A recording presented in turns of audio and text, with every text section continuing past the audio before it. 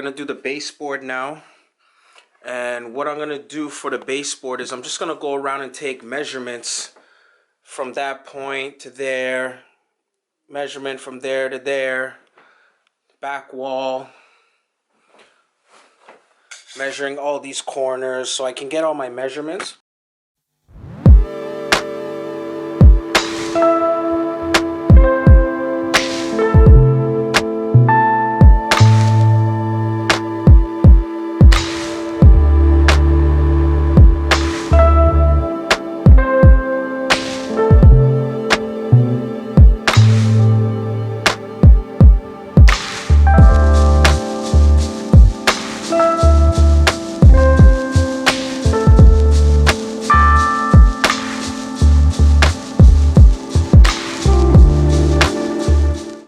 Baseboard pieces cut out, and basically what I want to do is I want to make sure that when I shoot my baseboard in, that the nails that I'm shooting are going into the stud, meaning the wood that is behind the wall every 16 inches, okay?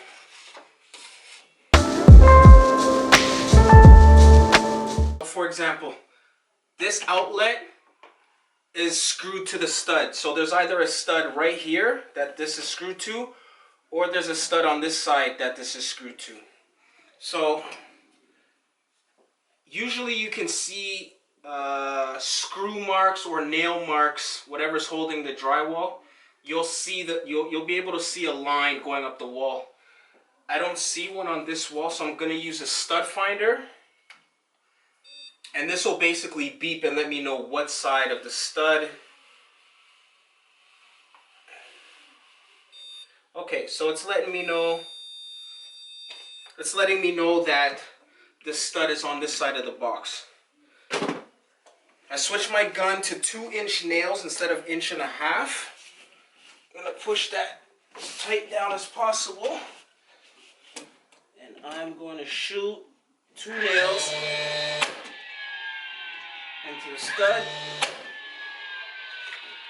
and this wall should be framed every 16 inches on center.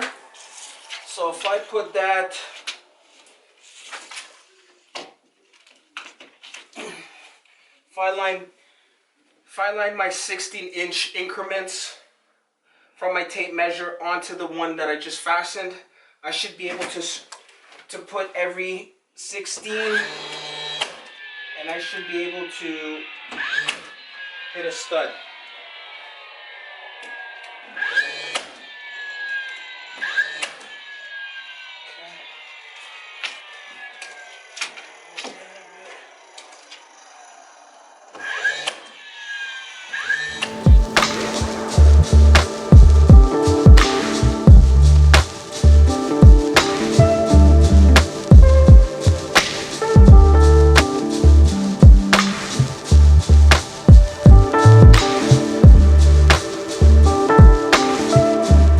Just wanted to give you guys an example, all right? Say I measure this corner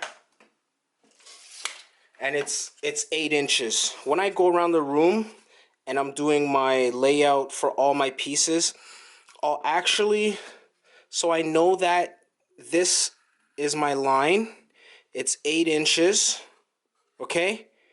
And what I'll do is I know that it's butting up to something, so I'll just put a little mark like that. And I know the end piece is going to be on a 45. So I'll go around the room and then I'll do that wall. I'll measure how long, say that wall's 10 inches. I'll do my line, 10 inches, and then I'll show 45 cut on this end, 45 cut on this end. So I'll go around the whole room and I'll get all my measurements like this, okay? Once I have them, I cut them, and then I just go around the room and place them. So anytime you're joining 2 pieces together, make sure that it's flush. Both pieces are exactly the same level when you put them in, okay? You don't want to have 2 different, one higher than the other, all right? Here, I'm gonna put another piece beside there. A full 12-footer there's probably about 2 inches left. So I didn't want to have a full board and then just a little skinny piece. So I decided to split it in two. So I just, with my excess cutoff, I used that piece. Now I'm going to measure from that corner of my piece all the way to the end of the wall, and then I'll get my measurement. Anytime you have a corner like this, if you know you have an inside corner right here that you're going to be putting in here, this is already cut on a 45. You can just butt this up here, like say this was long. You can just butt this up here like this, take a pencil and just mark along the wall. Mark it at the top. You know it's going to be an outside corner, right? And you can just draw the line going that way. Take it back to the saw, cut that, and it'll be perfect for you. I'll do an example. This one, it's long here. So if I'm trying to put these two together, see how it's too long? It's too long. This one's too long. So what I'm going to do, I'm going to take this one, put it where I want in the corner, take my pencil, mark the back, and mark right at the top. Mark right where the wall meets, right there. And I know I'm going to make I can just draw it so I know which way I'm cutting. Don't go to the saw and I'm confused. I can't remember which way I'm supposed to make the cut. Alright, so I just came back, did my cut. Look at that, perfect. Right? That's what we want. Anytime we're doing outside corners, we're gonna fill these with glue. Gonna put some glue in there. That way the joint doesn't open up. It stays closed.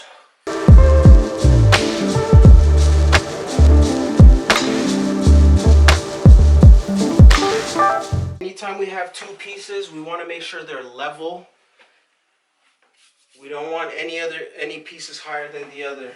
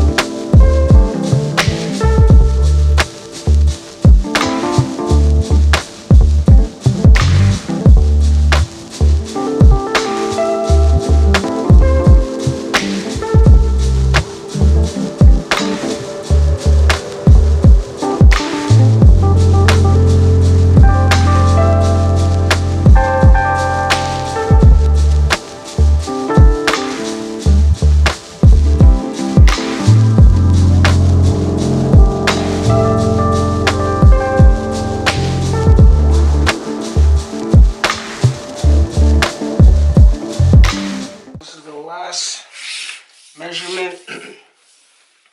I'm just gonna rest this tape on top of that, tighten the corner, and I'm gonna sight from above to where my existing piece meets the wall. And it looks like it's 73 5/8.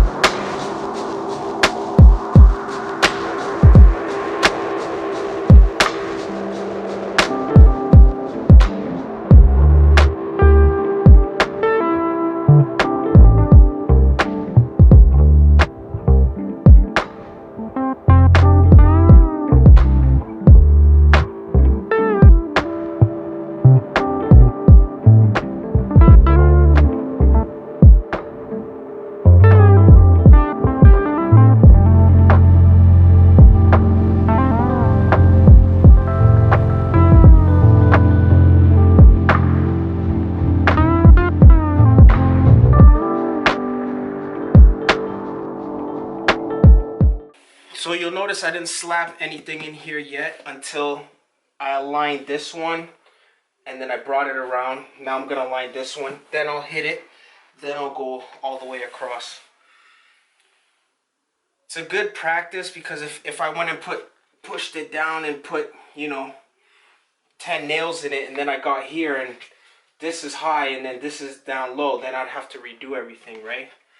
This way it can still go up, it can still go down, and we want to make sure everything is level. So this corner, we gotta glue. Always glue outside corners. The inside corner is gonna get filled with caulking, so we don't gotta worry about that. It's only the outside corners. Worst thing is when you go in someone's house and you see their trim, and you can see the open gaps, right? Drives me crazy.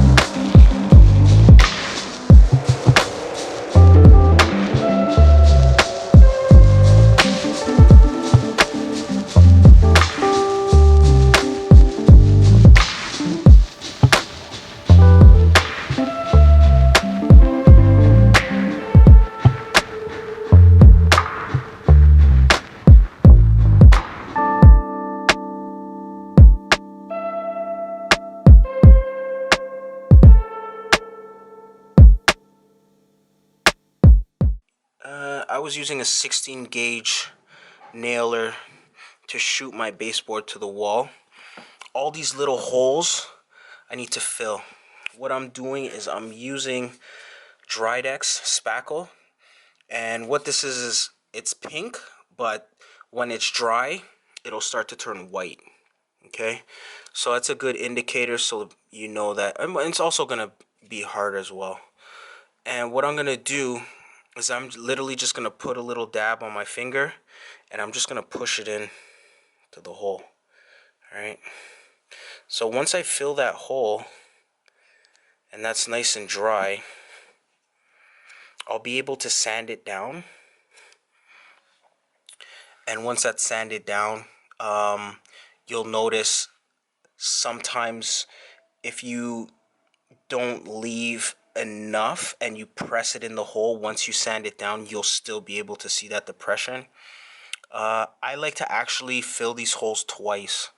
As tedious as that sounds, I find after my first filling and I go and I sand it, to give it another one.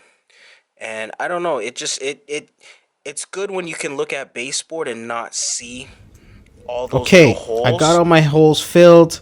I'm ready to sand. I'm going to use a 120 grit sandpaper. I'm going to go over all my holes. Main thing is do not over sand. You don't want your holes to have a depression where you paint and you can see the holes underneath the paint. So keep that in mind while you guys are doing your sanding. Best thing to do, start at one area of the baseboard, work your way around. Once that's complete, we're going to be using some DAP caulking.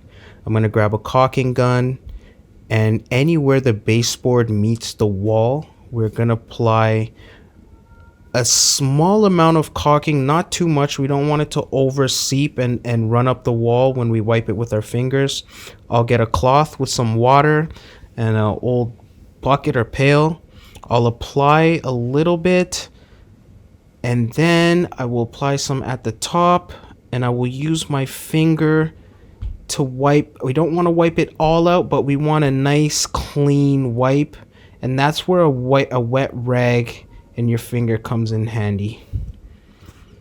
All right, here you have it, the finished product. I ended up going with a 7 1/4 by 5/8 flat stock baseboard. It's really used in a lot of modern houses. You really can't go wrong with it. I used Behr Premium Plus Interior Semi-Gloss Enamel Paint, Ultra Pure White. I did 2 coats after I sanded down the baseboard and made sure none of the holes would be seen. Baseboard matches the casing that I have around the door and the window trim as well. The trim around the window and the casing around the door is 3.5 inches. It's also by 5/8 thick. I did shoot a video how to install window trim and door casing. That video, however, is stuck on my external hard drive, and I might have to redo that video. So if you are interested and you would like to see more of this done, if you're doing your work at your house or for your girlfriend or your loved one and you just want some pointers and want to get some extra knowledge in the carpentry field, subscribe to the video, give me a thumbs up, send me a comment, let me know what you'd like to learn or what you'd want to see done for your own house, and I'll see if I can get that done.